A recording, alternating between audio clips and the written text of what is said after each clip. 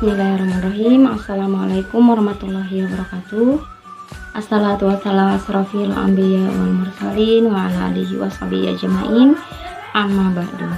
Allahumma sholli ala sayyidina Muhammad wa ala ali sayyidina Muhammad.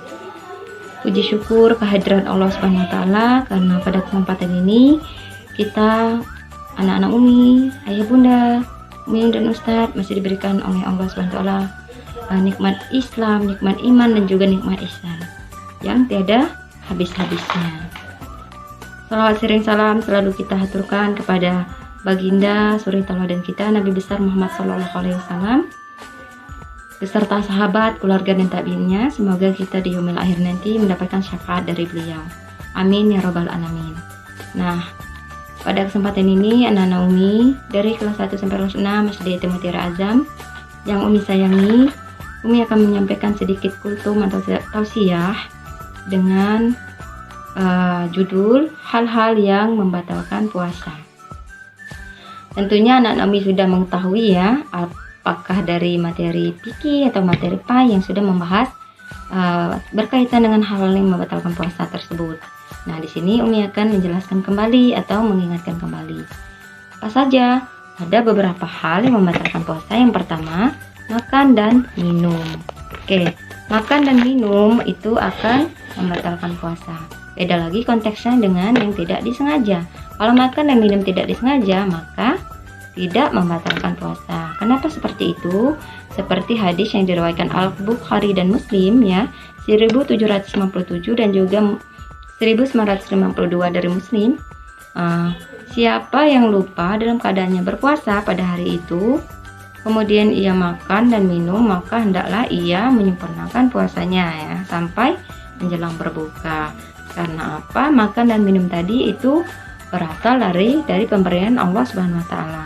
Biasanya kan salah satu konteks juga kita lupa kalau kita hari itu puasa ya, langsung saja kita minum. Tapi dengan di sini juga kalau seandainya ketika kita minum, langsung saja anak-anak Umi langsung keluarkan kalau bisa ya, jangan ditelan. Misalnya langsung mau minum, nah sedikit baru, nah selebihnya langsung dikeluarkan saja, jangan langsung ditelan semua. Tapi kalau sudah tertelan dan keadaan lupa tadi, tidak apa-apa, silakan lanjutkan puasanya sampai menjelang berbuka. Selanjutnya itu muntah. Muntah juga dapat membatalkan puasa. Muntah disengaja dapat membatalkan puasa. Misalnya anak Umi sengaja memasukkan jari-jari tangan ke mulut sampai terasa mual dan hingga akhirnya mengeluarkan makan dan minuman yang kita sebut tadi ya, itu muntah, berarti disengaja, maka puasanya hari itu akan batal. Konteksnya kalau tidak disengaja itu juga tidak akan batal. Dari Abu Hurairah ya menuturkan, kalau kita muntah tidak sengaja maka kita tidak wajib membayar kodoknya, tapi kalau kita sengaja muntah maka kita wajib bayar kodok atau gantinya di hari setelah selesai berpuasa. Nah, selanjutnya apalagi Umi yang membatalkan puasa? Bagi anak-anak Umi yang kelas 5 dan kelas 6 khususnya, kalau sudah mengalami akil balik atau haid untuk ahwat dan mimpi basah untuk iwan ya.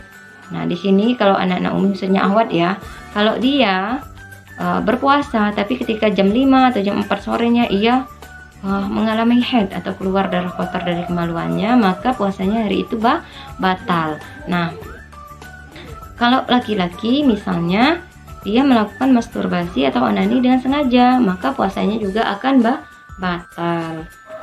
Itu ya yang membatalkan puasa. Selanjutnya apalagi? Nifas ya, ibu yang melahirkan, nifas, mengalami nifas ya, itu juga akan membatalkan puasanya. Dia wajib mengkodok atau menggantinya. Selanjutnya, apalagi yang membatalkan puasa? Bagi orang yang sudah menikah, nah melakukan hubungan intim di siang hari, maka puasanya hari itu akan batal. Jadi wajib mengkodok puasanya atau menggantinya. Apalagi yang membatalkan puasa itu hilang akal atau gila ya. Jadi kalau orang hilang akal atau gila, maka puasanya hari itu juga tidak akan diterima atau batal. Dan yang terakhir yang membatalkan puasa adalah murtad. Nah, jika kalian atau orang lain lah ya, jangan kalian, jangan anak Umi. Misalnya dia sudah berpuasa tapi ada niat ya, terniat di hatinya atau bahkan terucap dengan lisannya, dia berkata-kata, oh ada loh nabi terakhir dari setelah Nabi Muhammad, itu juga bisa dikategorikan bahwa dia sudah murtad kalau dia sudah sudah membicarakan atau mengatakan ada nabi terakhir sudah Nabi Muhammad, itu murtad, atau dia sudah mengatakan saya tidak percaya lagi sama Allah, dia ngomong ya, saya tidak yakin dengan adanya Allah, dan juga dia murtad. Nah, orang yang murtad tidak akan diterima puasanya atau membatalkan puasanya ya. Itu jadi ada beberapa hal tadi yang Umi sebutkan halnya yang membatalkan puasa. Oke, mungkin tausiah Umi atau kultum Umi itu saja. Jika ada salah Umi mohon maaf ya, kepada Allah Umi mohon ampun. Umi akhiri, wabillahi taufiq wal hidayah. Wassalamualaikum warahmatullahi wabarakatuh.